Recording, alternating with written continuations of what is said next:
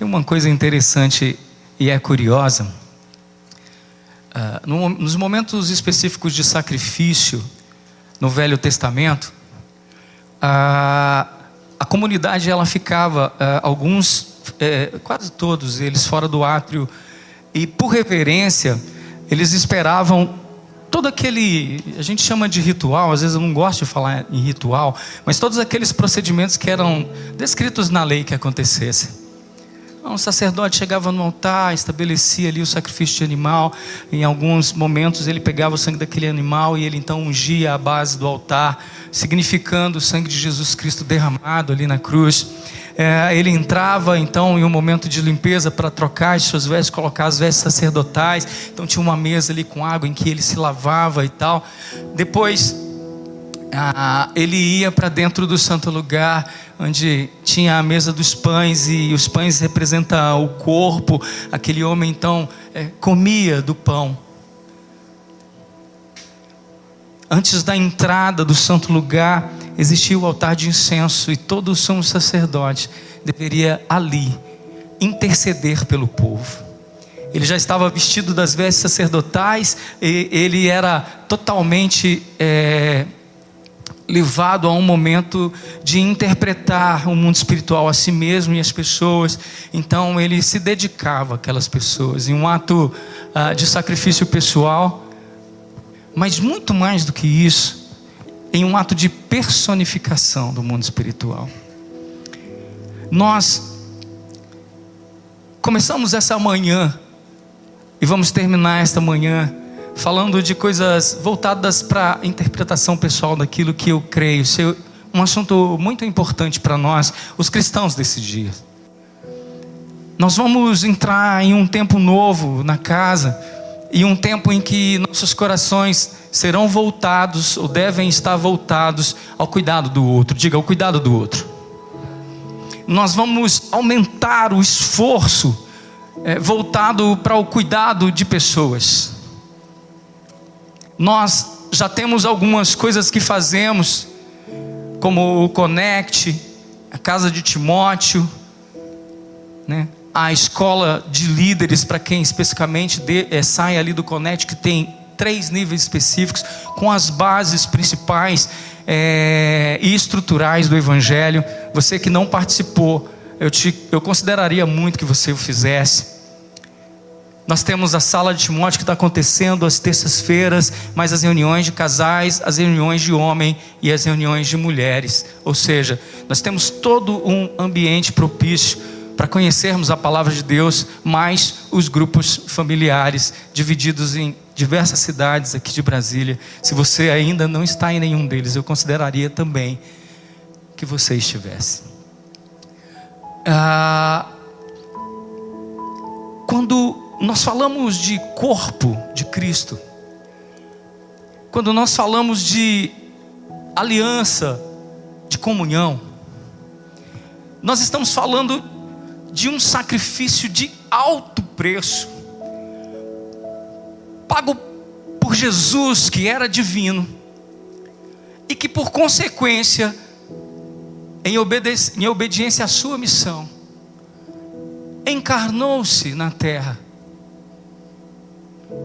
A obra da sua vida era do Espírito Santo, pois quando Gabriel revela a sua vinda, ele diz: ele é uma obra do Espírito Santo.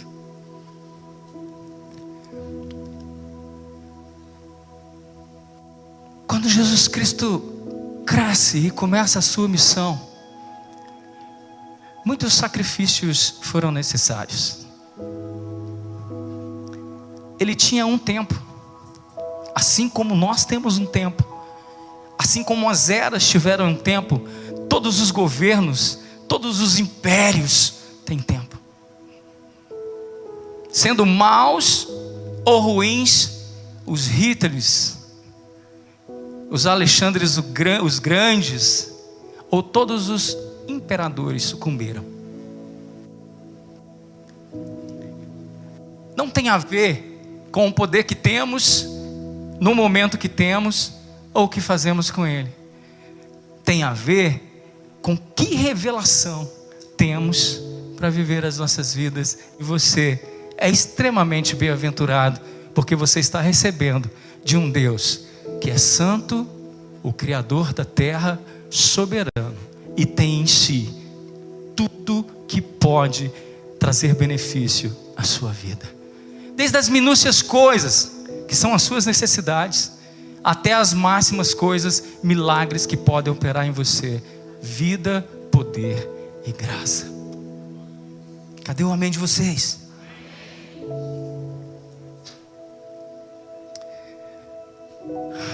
Eu creio que o despontar da vida com Deus tem muito a ver com o entendimento acerca dos sacrifícios necessários. E o tema da nossa palavra hoje é sacrifícios necessários. Muitos de nós temos consideráveis experiências naquilo que fazemos. Em algum momento de vida, todos nós precisamos devotar determinado nível de sacrifício para conquistar ou para avançar em coisas que nós precisamos avançar. A vida cotidiana e a vida no mundo hoje exige que nós tenhamos gabarito, capacidade e condição de avançar naquilo que sonhamos, naquilo que trabalhamos, ou como igreja, como filhos do Senhor. Nós nos aplicamos a isso, para cumprir objetivos acadêmicos, para passar especificamente em um concurso público. E quem está estudando sabe o tão penoso é estudar hoje para passar em um concurso público. É admirável. Há quem hoje está praticando sacrifícios alimentares para manter os seus índices ideais, o seu peso ideal, sua saúde mental, a saudabilidade do seu corpo. Muitos de nós estamos implementando consideráveis sacrifícios pessoais, até dentro dos relacionamentos conjugais, para manter a estrutura do lar, tanto recebendo de Deus, como nos dedicando enquanto servos de Deus, para sermos exemplos aos nossos próprios cônjuges ou dentro das nossas famílias, de que Deus é um Deus que muda pessoas. A sua maior pregação deve ser a sua casa. O maior valor de autoridade que o homem tem que receber precisa começar do respeito que a mulher tem pelo homem e que o homem tem pela mulher, e que os filhos têm por seus pais. Se você não é um bom filho, dificilmente você vai ser um bom pai. Se você não respeita as pessoas que estão ao seu lado, dificilmente você vai respeitar o seu cônjuge. Então, meninas e meninos, quando vocês estiverem se preparando para o casamento e ficarem apaixonados por alguém, entrem no momento da baba cor-de-rosa, que a gente brinca, em que tudo é amor, em que tudo é legal, as coisas são especificamente novas, entendendo que você tem uma responsabilidade de diagnosticar na outra pessoa, e que você vai se dispor a viver uma vida inteira com ela. Quais são os atributos pessoais que essa pessoa tem para com Deus e as suas responsabilidades com Deus. Então, na aplicação pessoal, profissional, no conhecimento das atividades pessoais, no ensino didático, que muitas pessoas aqui são professores na sua vida, em treinamentos de mentoria, na multiplicação do conhecimento, na instrução moral e cívica, muitos de nós esquecemos, mas nós temos uma responsabilidade moral e cívica para com o Brasil, para com as pessoas que estão do nosso lado. Hoje é um jogo de eu e eu e eu e eu, impressionante. Você quer passar, desculpa, tá? Quer passar em um concurso público, mas não para atuar com o público, não para abençoar pessoas, mas para receber salário. Você já entra fora de princípios. Nós estamos vivendo dias em que o eu toca a humanidade, inclusive na personificação da própria palavra. Porque, queridos, a web hoje está dando voz para muito pastor e para muito líder que não tem voz na sua igreja, que não tem voz de obediência no meio da liderança, e que inclusive nem é exemplo de caráter. Enquanto você vê uma musiquinha de fundo e um cara bonitão, pesquise a vida dessa pessoa. Eu fico vendo muitos de nós replicando uma série de coisas como entendimento, e não tem problema, tá? Porque a palavra de Deus, ou a semente plantada, é muito maior do que o semeador. Muito maior que o semeador. Porque Salomão foi um homem que semeou consideráveis coisas, mas no final da sua vida ele sucumbiu em consideráveis erros. Não importa como nós começamos, mas como nós... Então o que eu quero falar com você hoje sobre essa questão de sacrifício é que nós precisamos buscar determinada profundidade nisso. E eu vou falar para você por quê. Porque se Jesus Cristo, que é o nosso exemplo de sacrifício, executou na terra obras que lhe trouxeram determinados pesos. Eu teologicamente fiz uma brincadeira com o pastor, né? E falei: pastor, o que você acha dessa imagem? Aí ele falou: rapaz, a gente é livre dos nossos pesos e das nossas cargas, né? Aí eu brinquei com ele: pois é, mas Jesus carregou uma cruz pesada por nós. E ele disse que todo aquele que quiser vir após ele, tome a sua cruz. Eu não coloquei a cruz ali porque sinceramente, desculpa, tá? Eu não sou digno de apontar para uma imagem da cruz e dizer: carrega o mesmo peso. Eu não. Mas eu coloquei isso aqui para a gente entender que nós devemos considerar que o reino de Deus e o Evangelho consiste em que nós nos disciplinemos e nos responsabilizemos com determinados pesos que devem ser carregados. A você, o menor nessa casa, ou você, o mais velho aqui, quero te dizer algo. Permaneça. Permaneça. Não desista. Não desista de você. Amém? Quando não me sacrifico por nada, eu paraliso a minha vida e das pessoas que estão ao meu lado. Uma vida sem sacrifício, ela é uma vida vazia. Uma vida sem objetivos, ela é uma vida sem causas. E se eu não cresço nos meus objetivos, eu não celebro as minhas causas. Uma vida sem cortes, sem afiação de facas, de lanças. Uma vida sem um objetivo estrutural de segurar escudos em determinados momentos. Ô pai, tem muitos momentos que você precisa segurar escudos sobre a sua casa, porque senão ela sucumbe. Assim como as mulheres, em muitos momentos discernidas da palavra de Deus, precisam segurar os escudos nas suas casas, porque senão a sua casa sucumbe.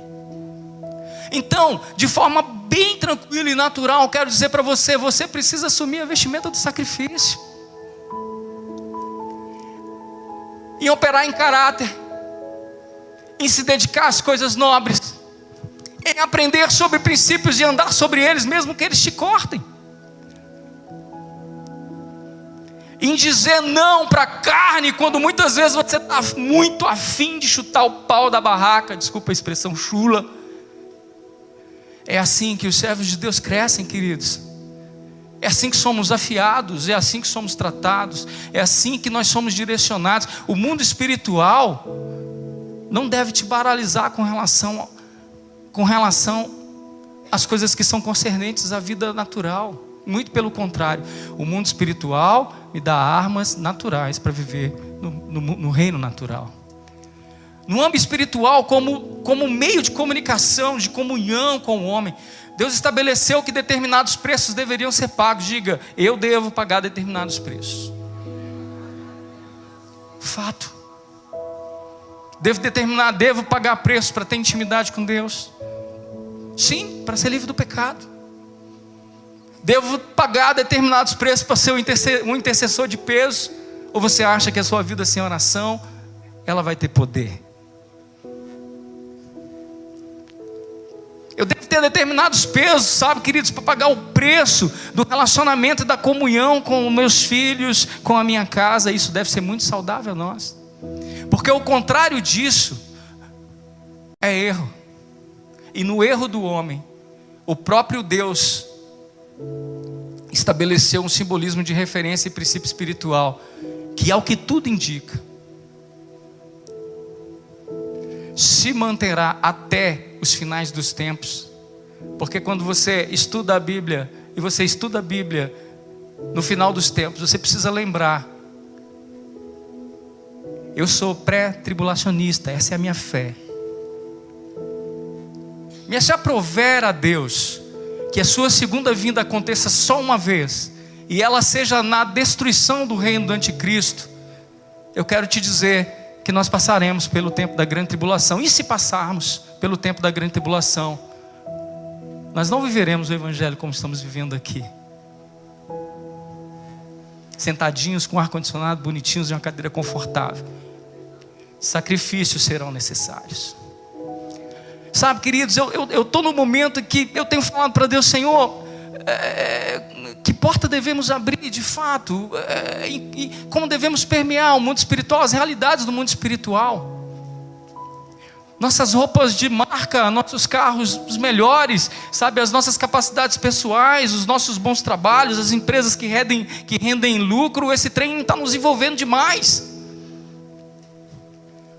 Porque hoje a gente tem um grupo considerável de pré-adolescentes que está se aniquilando só porque um cara na tela está dizendo para ele: se corta, pula do prédio. Nós estamos vendo isso diariamente. E nós somos a igreja do Pai. Sacrifícios são necessários. Conduzir pessoas é muito bom, mas pede muito de nós. Estar na frente de uma igreja é muito bom, mas pede muito de nós. Estar na frente de cargos de liderança é muito bom, mas pede muito de nós. Nossos olhos precisam estar abertos, queridos, porque isso está muito ligado a nós. E muitas vezes nós estamos, eu não vou falar, claro, que perdendo tempo, não é esse o tempo, mas nós não estamos entendendo virtudes espirituais que são consideráveis, que nós precisamos entender nesses dias. Então eu quero começar falando com você, é claro, sobre um ponto que é crucial para nós darmos o pontapé para aquilo que nós vamos falar nessa palavra hoje e concluir isso. É que no jardim do Éden, quando o homem estava ali em conciliação total com Deus, e ele recebia de Deus diretamente suas virtudes, e Deus diz: se direcione por esse lado, se direcione por aquele lado, faça isso, eu vou manter a terra, vou trazer o orvalho, a chuva vai cair assim, a chuva vai cair assado, e a mente dele ia absorvendo tudo aquilo. Ele era literalmente tocado por um Deus que podia fazer tudo através dele, e que ele podia receber tudo de Deus. Mas um dia, pelo erro dele, ele se encontrou nu. E pelo amor que Deus tem ao homem, o primeiro sacrifício foi executado ali, quando Deus provavelmente sacrificou um animal para cobrir a nudez do homem, dizendo para ele: infelizmente vocês erraram, e tudo aquilo que a gente planta, a gente colhe. É uma lei, uma regra espiritual. Mas em sacrifício eu estou te cobrindo hoje, e te cobrirei todos os dias da sua vida, como Salmo 91 diz: aquele que habita no esconderijo do Altíssimo, a sombra do Onipotente descansará. Então, entendendo isso, eu digo: direi do Senhor, Ele é o meu Deus, o meu refúgio, o meu baluarte, em quem confio. Mas ao homem, querido, foi dado viver sobre a consequência dos seus erros, e essa carnalidade que nos separou de Deus tem uma tendência considerável em aumentar em nós, é ou não é? Mas Deus então, Ele cobriu na sua regra bendita e na sua lei espiritual com amor eterno. Ele nos amou, então Ele criou o fundamento que levou o homem à dimensão de proximidade, e isso tudo fez com que Deus instruísse o povo dentro da lei, de que para a remissão dos pecados deveria haver derramamento de sangue, para que o homem entendesse que alguma coisa lhe devia custar, para que ele não fosse obra de um legalismo religioso, que levasse ele aos lugares de reunião, só para que ele se sentisse bem consigo mesmo, cumpri o meu propósito, fui domingo na igreja. Então, o derramamento de sangue, a postura do sacrifício, o interpretar aquilo, se dedicar a Deus, sair das tribos e especificamente para o lugar de sacrifício, levava o homem a entender que eu precisava fazer alguma coisa por Deus, porque Ele faria muitas coisas por mim, mas a maior delas é a salvação. Diga, eu sou salvo pelo nome de Jesus. Amém, queridos? Diga, eu sou salvo pelo nome de Jesus. Então Deus que gerou essa necessidade, inclui em seu plano salvífica, que o seu divino Filho morresse pela humanidade, ou seja, por mim e por você. Olha para o irmão que está do seu lado aí e diga, Ele morreu por você. Verdadeiramente Ele tomou sobre si as nossas enfermidades, as nossas dores, Ele levou sobre si, e nós o reputávamos por aflito, ferido de Deus e oprimido. Mas Ele foi ferido pelas nossas transgressões, moído pelas nossas iniquidades. O castigo que nos traz a paz estava sobre Ele, pelas suas pisaduras nós fomos sarados.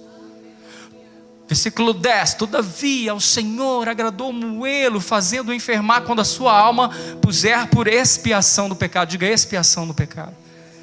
Verá a sua posteridade. Olha para o seu irmão e diz, você é a posteridade, você é a herança. Prolongará os seus dias, e o bom prazer do Senhor prosperará na sua mão. A expiação do pecado, a frase expiação do pecado aqui no versículo 10 de Isaías 53 significa azã, e é literalmente oferta por um erro, oferta por uma transgressão, troca. Sabe o que isso significa? Sabe o que isso significa? Que para que eu viva a vida de Deus, eu preciso fazer sacrifícios necessários. Diga, sacrifícios necessários. A expiação do milagre, a expiação dos pecados é um ato de amor, porque Ele tira de nós a culpa que era lançada em nós, como descrito em Colossenses no capítulo 3, e que Jesus, quando morreu na cruz e ressuscitou, cravou toda a cédula de dívida que era contra você naquela cruz. Ele se fez maldição por nós. Sacrifícios necessários. Foi pelos nossos pecados, foi pelos nossos erros que se fez necessário o sacrifício do Senhor Jesus. Sabe, queridos, muitas vezes eu acho que nós esquecemos disso no nosso dia a dia. E se você não esquece disso, se você esquece, eu vou te lembrar. Se você não esquece, é muito bom que você celebre isso todos os dias. Por quê? Porque você está no caminho da eternidade. E agora eu quero te fazer uma pergunta, no sentido espiritual. Quando é que o sacrifício não é necessário? Pense com você, matute. Quando o sacrifício não é necessário espiritual? Eu quero te dar uma resposta. O sacrifício não é necessário, velha aliança, quando há obediência. A obediência é a qualidade humana de ser eficiente contra o pecado. Deus mostra isso de forma clara em toda a palavra. Ele ensina ao desobediente Saul através do profeta Samuel. Em 1 Samuel, no capítulo 15, versículos 22 e 23, em um diálogo duro de correção a Saul, rei de Israel, o primeiro rei de Israel, onde dois princípios muito importantes foram ensinados, e a gente vai ver isso agora. Samuel disse para ele, porém o Senhor disse, tem porventura o Senhor tanto prazer em holocaustos e sacrifícios? Eis que o obedecer é melhor do que? E o atender melhor do que a gordura dos carneiros. Obedecer melhor do que sacrifício, e atender à obediência é melhor do que a gordura dos carneiros. Porque a rebelião é como um pecado de feitiçaria, e o porfiar, que significa discutir acaloradamente, contender, competir ou lutar por algo, é como iniquidade e idolatria. Anote isso. Discutir acaloradamente, contender, competir ou viver lutando por algo que não está na vontade de Deus, é iniquidade e idolatria. Isso é um princípio muito forte para os nossos dias. Dias em que nós contendemos e brigamos por qualquer coisa, em que a razão está na mão de muitos, mas a verdade não. Então nós aprendemos dois princípios importantíssimos aqui, que a rebeldia e a feitiçaria são a mesma coisa, e que obedecer é mais importante do que sacrificar. Amém? Como eu sei que vocês são alinhados com a palavra de Deus, está muito notório a vocês, eu quero ler um outro texto que está em Hebreus no capítulo 10, versículos 12 ao 14, ele diz assim: mas este, que é Jesus, havendo oferecido o único sacrifício pelos pecados, está assentado para sempre à destra de Deus, daqui em diante esperando até que seus inimigos sejam postos por escalabelo dos seus pés, porque com uma só oblação aperfeiçoou para sempre os que são santificados. Diga: eu sou santificado. E a palavra oblação aqui é a palavra estéfanos, e ele significa morrer por um sacrifício em propósito. Diga: morrer por um sacrifício em propósito. Como símbolo de honra, coroado. Em termos finais, significa coroar de honra um sacrifício praticado. Sacrifícios necessários. Como emblema de dignidade, de realeza, atribuído aos santos no céu. Significa dizer que o estéfanos, a oblação de Jesus, te colocou em um lugar de rei e sacerdote, e deu a você o poder de entender que Ele te colocou numa dimensão e estrutura espiritual que pode te fazer construir uma vida espiritual mais que saudável e cheia da plenitude de Deus, se você crer. É uma estrutura como que de realeza. Ele literalmente colocou sobre você a coroa da justiça e te fez justiça em Deus, e você pode fazer qualquer coisa. Em Apocalipse 21, de 1 a 5, ele diz: e vi um novo céu, uma nova terra, porque as primeiras coisas já passaram, o mar já não existe. E eu, João, vi a santa cidade, a nova Jerusalém, que de Deus descia do céu, adereçada como uma esposa ataviada para o seu marido. Ouvi uma grande voz do céu que dizia: eis aqui o tabernáculo de Deus com os homens, pois com eles habitará. Amém, queridos? Eles serão o meu povo, e o mesmo Deus estará com eles e será o seu Deus. E Deus limpará dos seus olhos toda lágrima. Não haverá mais morte, nem pranto, nem clamor, nem dor, porque as primeiras coisas foram passadas.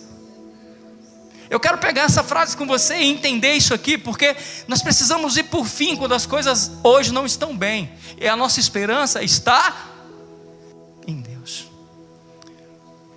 Eu vi um novo céu, eu vi uma nova terra. Os tempos se acabaram. Deus manifestou a sua palavra em verdade, e nós devemos atribuir todo o nosso sacrifício a isso. E ele diz então, termina dizendo: e eis aqui o tabernáculo de Deus com os homens, pois ele habitará com eles, eles serão o seu povo, e o mesmo Deus será o seu Deus. E Deus então limpará de seus olhos toda lágrima. Lágrima é sinônimo de sacrifício ou não? E não haverá mais morte, nem pranto. Pranto é sinal de sacrifício ou não? Nem clamor. Clamor é sinal de sacrifício ou não? Nem dor, porque as primeiras coisas são passadas. O evangelho que nós vivemos, queridos, nos atribui viver uma esperança que pode até nos fazer estar vivendo coisas muito difíceis nesse momento. Mas isso não é tudo na sua vida. Esse não é o seu fim. Amém? Ainda, como Jesus descreve no capítulo 11 de João, ainda que você esteja morto, você viverá. Ainda que você morra e sucumba na terra e a sua carne seja enterrada, você viverá. Amém? E lá não haverá mais pranto, não haverá mais necessidade de sacrifícios, porque com Ele nós estaremos eternamente. Essa é a palavra do Evangelho, que deve fazer com que nós rompamos tudo aquilo que nos prende e nos segura agora, no hoje, nos bens que temos, nas coisas que temos, naquilo que valorizamos, e que não são plenamente a vontade de Deus. Você precisa entender isso comigo essa manhã. Eu quero te levar a interagir comigo em uma outra coisa que eu considero muito importante. Eu entendi isso há alguns anos. E eu vou transmitir a você agora um ensino que não é meu. Ele é de um missionário chamado José Fernandes. E isso que nós vamos ver aqui agora está num livro chamado A Ação da Cruz. Ele é um dos maiores missionários brasileiros. Levou o evangelho para muitos países. É um homem que eu respeito muito, líder do MIVA.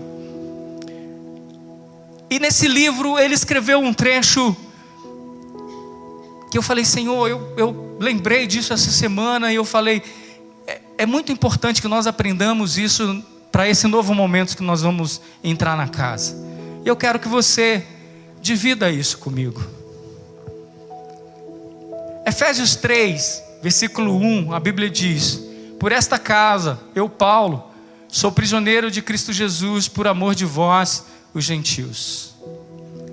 Em Filipenses 1:1, ele diz: Paulo, prisioneiro de Cristo Jesus, e o irmão Timóteo, a Filemão, nosso amado e cooperador. Portanto, não te envergonhes do testemunho do nosso Senhor, nem de mim, seu prisioneiro, mas sofre comigo pelo Evangelho, segundo o poder de Deus. Se repararmos esses 3 versículos, há algo extremamente contundente e que ele deixa muito notório. É que ele entendia que o ministério dele era um ministério de muito sacrifício, ao ponto dele se considerar um prisioneiro de Cristo. Isso é um mistério muito grande na vida de Paulo e na vida dos apóstolos, coisa que talvez eu e você tenhamos muita dificuldade de entender nos nossos dias com muita abastança. Mas esses homens sofreram muito pelo Evangelho e necessitaram de um grande esforço de sacrifício pessoal para viver o Evangelho de Cristo. Eu quero que vocês pensem comigo, como é que eu, em uma visão humana, escrevo a uma igreja que precisa da vida de Deus? Sou um prisioneiro de Cristo, sou um escravo de Cristo. Se você voltar no tempo comigo e você for estudar a história do cristianismo, você vai ver que, como por um milagre, o evangelho se multiplicou pela perseguição. E nessa causa específica, a perseguição não era falas na internet, ameaças de que fecharemos isso ou fecharemos aquilo, ameaças de que não será possível mais fazer isso ou fazer aquilo, ameaças de não se reunir em praça pública. Não era isso. Literalmente, na época em que o Império Romano reinou, eles matavam os cristãos. Você sabe disso. Então, quando Paulo, prisioneiro de Cristo, por algumas vezes, e a última vez preso, ele foi decapitado pelo governo romano, sob a ordem de César, ele sabia muito bem o que ele estava falando. Sacrifícios necessários, servos para a morte. Se Deus nos pedisse, irmãos, para irmos para um lugar que nós não conhecemos por obediência, como você faria para obedecer isso hoje? Obedeceríamos logo de bate-pronto? Ou nós olharíamos para nós e diríamos: não sou eu, Deus se equivocou com o chamado, eu não estou preparado, isso não é para hoje, eu tenho outras opções, eu devo viver algumas coisas primeiro, e assim depois farei coisas para Cristo. Paulo nos ensina algo muito forte que vai na contramão disso. Ele diz: eu sou um escravo daquilo que prego, eu sou um escravo daquilo que considero. Estes homens viviam 100% daquilo que pregavam. E eu até tenho muito temor em falar isso aqui, porque Eu não vivo esse nível de evangelho. Ainda. Eu não sei se eu encabeçaria o direito de ser preso pelo evangelho hoje. Eu estou no púlpito, não posso mentir para vocês. Mas eu digo para vocês que nós precisamos pensar nisso. Talvez não nesse nível, mas que de alguma forma sacrifícios precisam ser feitos para o meu crescimento. Eu não posso viver um cotidiano, queridos, de derrota na minha vida conjugal. Não posso viver um cotidiano de derrota no meu entendimento. Eu não posso viver um cotidiano de derrota no meu caráter. Nós passamos 10, 15 anos tratando coisas específicas de caráter, porque nós não nos dedicamos à palavra como devemos. Eu não posso ser crente velho e não ter lido a Bíblia toda uma única vez. Eu não posso. Isso é o mínimo. Se nós no século 21 estamos próximos da vinda do Senhor Jesus, não estamos conseguindo nos dedicar a sacrifícios necessários. Como nós queremos solicitar a Deus que milagres sejam feitos? Se nós detemos o nome de Jesus, e Ele prometeu, querido, que nós falaríamos novas línguas, que nós expulsaríamos demônios, que nós curaríamos os enfermos, e nós não estamos vendo isso na igreja hoje, porque alguns sacrifícios da minha parte e da sua não estão sendo cumpridos. Nós vamos entrar num projeto que nós estamos sonhando com o crescimento individual, mas o crescimento da igreja também. Nós precisamos encher esse lugar, ter mais reuniões, ter mais obreiros, ter mais pessoas famintas por Deus. Nós precisamos ir às ruas, nós precisamos salvar as pessoas, e você é convidado para isso. Nós vamos começar em agosto, em nome de Jesus. Estamos planejando isso, e tem muito a ver com o teu cuidado, mas tem muito a ver com a tua responsabilidade de cuidar de outras pessoas. E será individual. E será individual.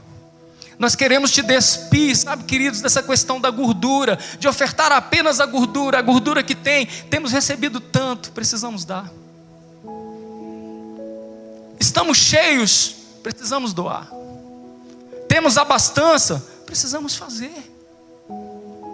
Muitos estão sofrendo sem o evangelho, e a nossa missão não é engordar nas igrejas, não é. Devemos acordar para isso. Devemos pedir ao Senhor que nos faça gemer por isso. Essa palavra é um bate-papo com você hoje. Eu quero partir para uma outra coisa.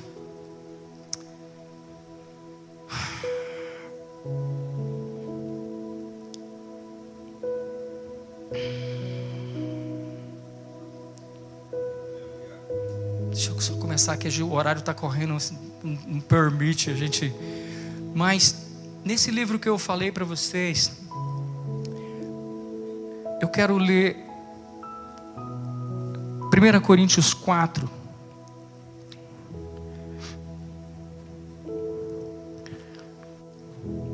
E ele diz assim, versículo 9, 1 Coríntios 4, versículo 9. Porque tenho para mim que Deus, a nós, apóstolos, nos pôs por últimos, como condenados à morte. Pois somos feitos espetáculo tanto ao mundo, quanto aos anjos e aos homens. Leia esse versículo. E eu quero ir conduzindo com você aqui o seguinte. Remadores do último porão, servos para a morte. Esses homens eram escravos que viviam viagem após viagem, presos em grandes porões de navios. Eram comprados como escravos e adquiridos, ou eram marginais da época de Roma, e o governo de Roma os condenava a passar a vida toda lançados nos porões do navio, remando por um objetivo: o de abençoar o reino de Roma. Paulo viajou muito nesses navios e ele transitou entre a Ásia, entre a Síria, entre a Europa, indo até a Itália e Espanha. E esses homens, eles não tinham família, eles não tinham nada. Agora eram obrigados a trabalhar de forma escrava nesses porões. A lua não brilhava ali, não havia tempo para descanso. Não havia tempo para um joguinho de dominó com os amigos, comunhão, para assistir um jogo de futebol, ou para rir com os filhos, comer um churrasquinho com os amigos no final de semana e falar de coisas engraçadas e gargalhar. Esses homens eram escravos, não havia esperança neles. O texto originais da Bíblia, eles não utilizam a palavra servo. Olha só isso. Os textos originais da Bíblia não utilizavam a palavra servo, como nós vemos em muitos. Mas quando se referiam àquelas pessoas que eram subjugadas, eles se referiam a escravos. E Paulo, tentando levar aquilo à igreja de Corinto, ele diz: eu sou um escravo de Cristo.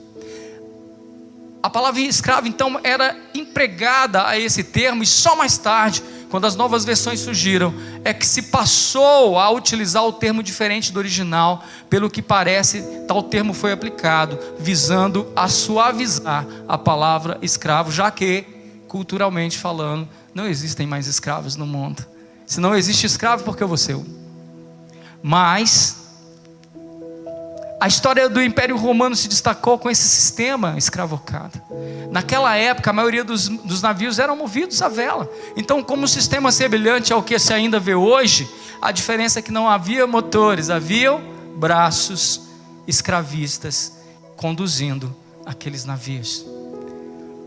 A história de um desses escravos trata-se de um cristão, e ele foi uma das narrativas mais impressionantes, segundo o pastor José Fernandes, que ele leu. Esses escravos eram totalmente empilhados, uns em cima dos outros, em caixotes apertados, feitos de madeira. Todas as necessidades fisiológicas eram feitas ali. Ninguém podia ir para nenhum outro lugar. A única fuga que esses homens tinham era a morte, que se apressava, pois em estados de higiene totalmente inadequados, esses homens eram vítimas de muitas viroses, de muitos vírus e também de muitos problemas voltados por isso.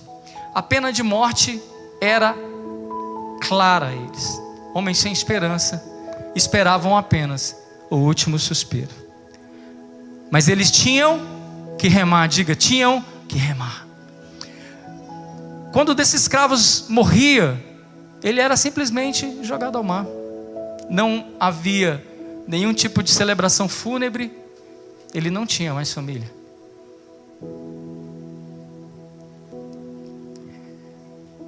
O seu corpo sofria simplesmente por ele ter uma vida indigna de poder vivê-la. Acorrentados, famintos, sem nenhuma esperança, aqueles escravos cumpriam seu destino numa luta quase mortal pela sobrevivência diária. Eles não tinham outra opção senão remar. Se uma tempestade viesse a comprometer a tripulação, aquelas embarcações, eles teriam que remar ainda mais forte. Se uma calmaria surgisse, teriam que remar. Sob o sol, sob a lua, sobre quaisquer condições, a vida desses homens era remar. Este era o sinal de que houveram épocas de que homens tratavam outros homens quase como animais, não respeitando a sua humanidade. Nós crescemos muito nisso hoje, mas Paulo nos descreve algo que nós precisamos interpretar. Essa palavra, em último lugar, no grego significa UPDT, e ela é remador do último porão. Como podemos ver, o apóstolo Paulo de alguma forma está se comparando a esses escravos, das profundezas desses navios mercantes. tal comparação torna-se ainda mais evidente quando temos o restante do verso e notamos o termo como se fôssemos condenados à morte.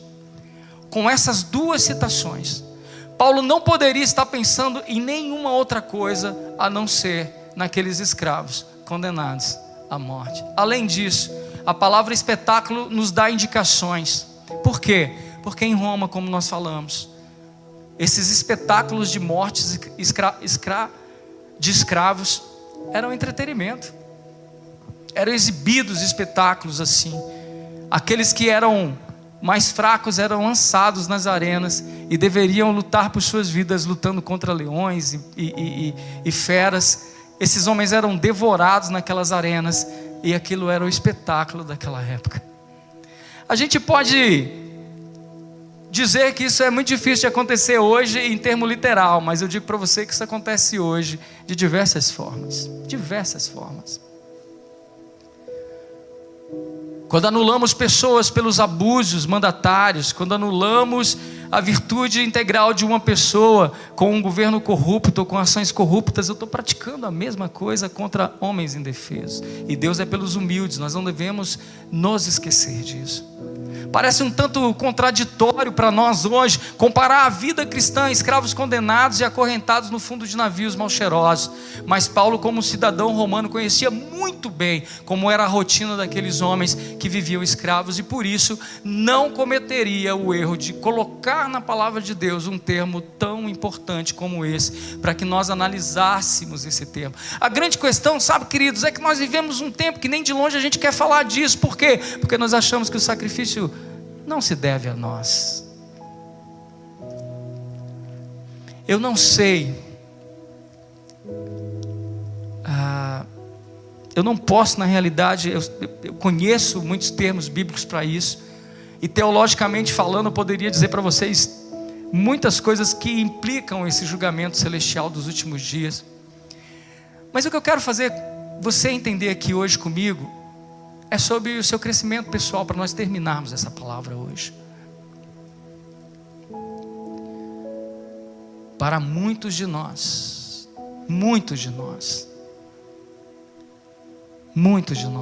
isso é muito difícil de entendimento. Para mim é muito difícil. Mas há um sacrifício necessário a todo filho de Deus. Um dia, as nossas obras na terra serão queimadas pelo fogo. Todos nós passaremos por isso.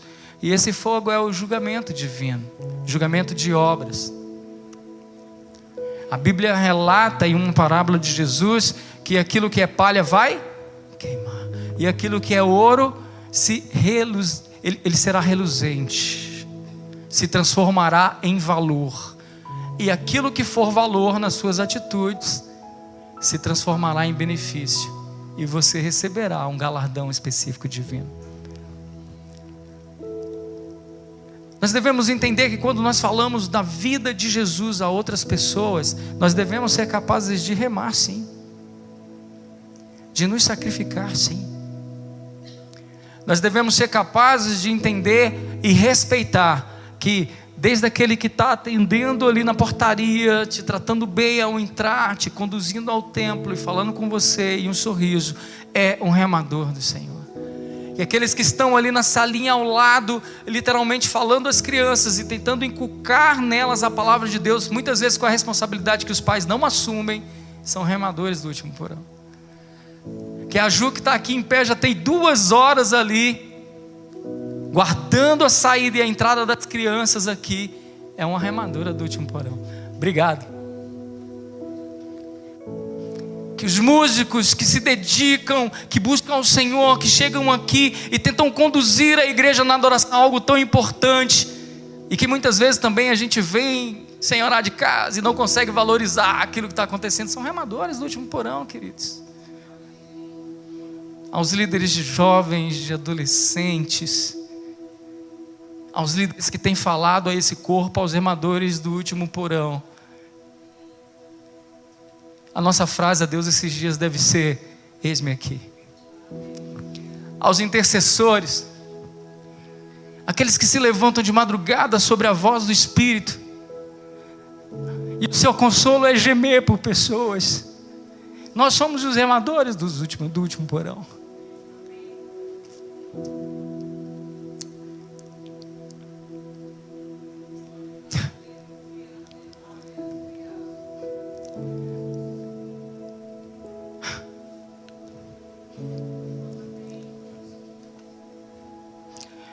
Somos a sombra e o espelho do nosso Deus.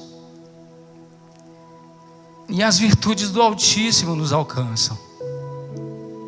Como somos abençoados, queridos. Como estamos abençoados. Para a conversão de muitos, a igreja hoje consegue se desenvolver. Às vezes eu vejo alguns planejamentos de estruturas de grandes igrejas.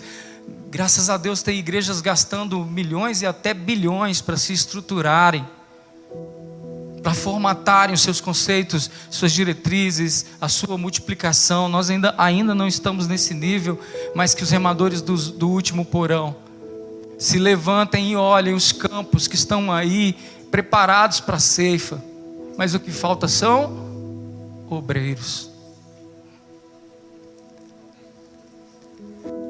Que se nós entendermos um pouquinho disso aqui, nos vestirmos da necessidade de que deve haver sacrifício necessário,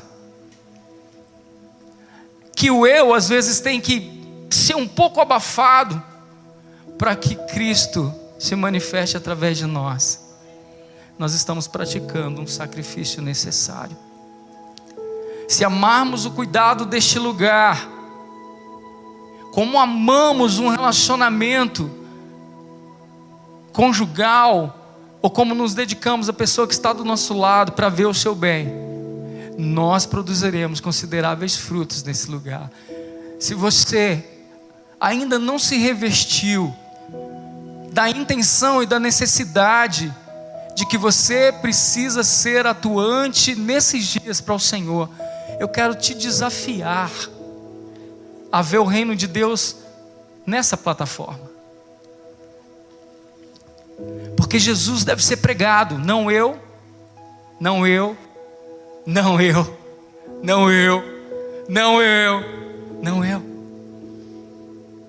Você é importante para Jesus,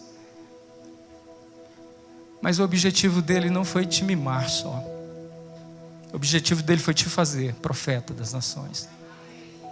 O objetivo dele foi te colocar coroado como rei e um sacerdote. O objetivo dele foi produzir em você uma vida real. Ela não pode ser uma utopia. A vida que nós vivemos para Deus não pode ser só legalismo, queridos, baseado na lei que nós cremos, na palavra que nós temos. Isso Jesus já mostrou que não nos leva a lugar nenhum. Inclusive pode nos levar até o inferno. Para que nós garantamos a nossa eternidade, sacrifícios são necessários.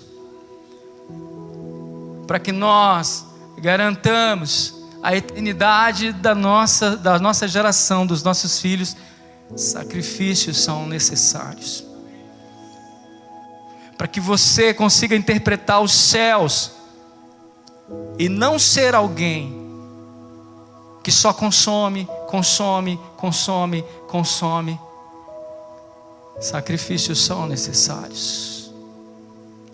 A partir de mim, que os nossos corações sejam quebrados. A partir de mim, que o Espírito nos dilate esses dias. A partir de mim, que os nossos pés apostólicos sejam colocados em evidência. A partir de mim, que toda a palavra profética se cumpra na sua vida. A partir de nós, casa, que essa cidade seja impactada. Nós temos 200 e algumas pessoas aqui hoje, talvez, menos um pouco. Deveríamos ter as 300. Mas o que nos impede de sermos 600, 1.000, 2.000, 3.000? Nada.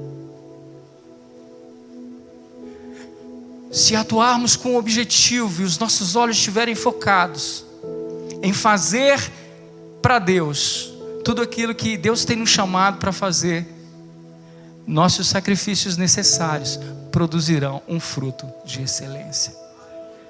Não se permita um cotidiano espiritual que não te desafie. Não se permita viver um cotidiano espiritual que não te instigue. E deixa eu falar para você, ir atrás de pessoas custa muito caro. Se dedicar às pessoas, horas de aconselhamento, horas manuseando, horas falando, tentando discutir com as pessoas, porque as pessoas são ramificadas no seu conhecimento, e isso muitas vezes é muito relevante para elas. Ninguém, queridos, quer descer de pedestal, esse é o fato. Só que assim como o apóstolo Paulo diz, eu sou escravo, ou ele diz, eu tenho por mim, que nós os apóstolos somos colocados por último.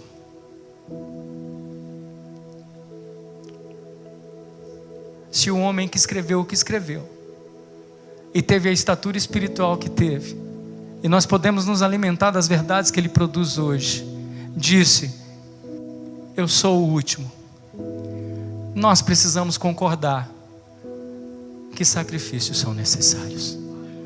Essa é a palavra do Senhor para você essa manhã.